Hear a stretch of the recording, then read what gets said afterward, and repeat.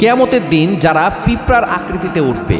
পিপিলিকা হচ্ছে ছোট্ট একটা প্রাণী এবং এই পিপিলিকার ব্যাপারে কিন্তু আল্লাহ তাআলা একটা সূরা দিয়েছেন, সূরাতুন নামল। নামলুন শব্দের অর্থ হচ্ছে পিপিলিকা। এই ছোট্ট প্রাণীর নামে আল্লাহ তাআলা একটা সূরা দিয়েছেন। পৃথিবীতে আমরা যারা অন্যায় কাজ করি তাদেরকে স্মরণ রাখতে হবে।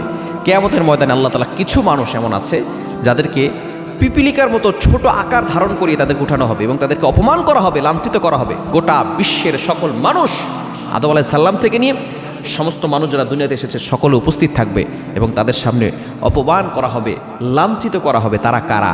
যাদেরকে পিপিলিকার মতো ছোট্ট করে তাদেরকে কিয়ামতের ময়দানে উঠানো হবে। তারা হচ্ছে ওই ব্যক্তি যারা অহংকার করে, যাদের অহংকারে জমিনে পা পড়ে না, যাদের অহংকার করতে করতে মানুষের সাথে অন্যায় করে, জুলুম করে, হক নষ্ট করে খায়, তাদেরকে আল্লাহ তাআলা পছন্দ করেন না। অহংকার হচ্ছে আল্লাহর চাদর।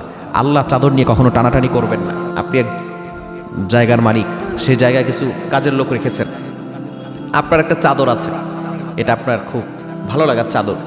এটা যদি নিয়ে কোনো কর্মচারী টানাটানি করে আপনার কাছে ভালো লাগবে? তো অহংকার হচ্ছে আল্লাহর চাদর।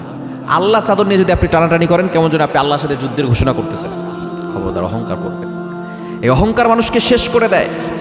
এখন আপনি দামি পোশাক পরছেন, এটা কি অহংকার? না।